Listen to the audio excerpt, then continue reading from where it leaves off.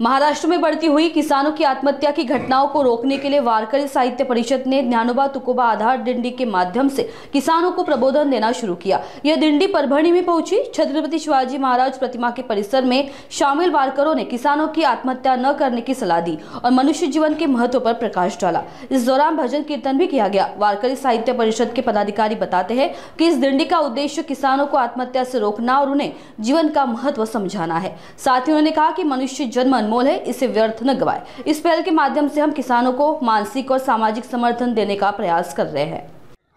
रामकृष्ण हरी। हे पहा, मराठवाडा ही संतभूमी आहे आणि या संतभूमी मराठवाड्यामध्ये काही शेतकरी नैसर्गिक आपत्तीमुळे व कधी दुष्काळाचे असेल, कधी अतिवृष्टीचे असेल, आत्महत्या करतात। आत्महत्या हा पुरुषार्थ नाही, आत्महत्या जीवनाचं साधन नाही। जन्म अनेक, चांगला जन्म अनेक कारणांनी मिळालेला आहे। मग अशा वेळी कुणीतरी त्यांच्याशी मानसिक आधार देऊन त्यांना धीर दिला पाहिजे आणि जीवनाचा अर्थ समजला पाहिजे। आणि हे सांगण्याचं काम 800 वर्षापूर्वी आमच्या ज्ञानोबा तुकोबांनी, नामदेवरायांनी, एकनाथ महाराजांनी, जनाईंनी, मुक्ताईंनी केलेलं आहे। आणि मग धीर ते कारण सहाय्य येतो नारायण या भूमिकेतून आम्ही सगळ्यांना धीर देणार, आधार देणार म्हणून ज्ञानोबा तुकोबाची आधार दिंडी घेऊन आम्ही निघालेलो 8 जिल्ह्यामध्ये।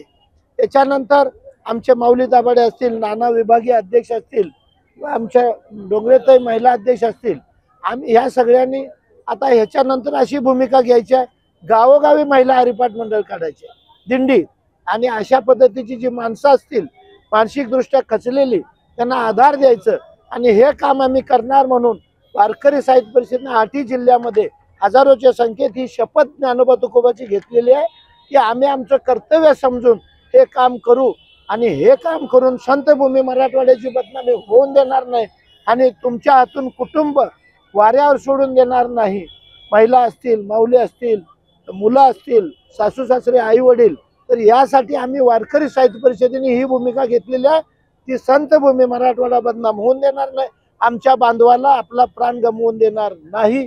बाकीच्या भौतिक ज्या गोष्टी असतात तो होत राहतात।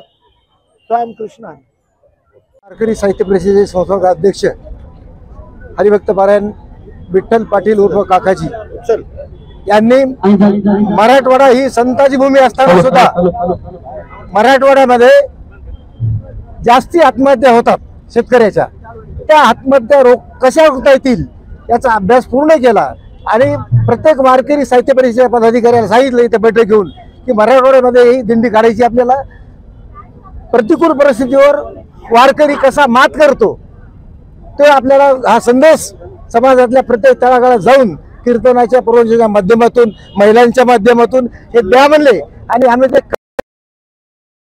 जिल्हा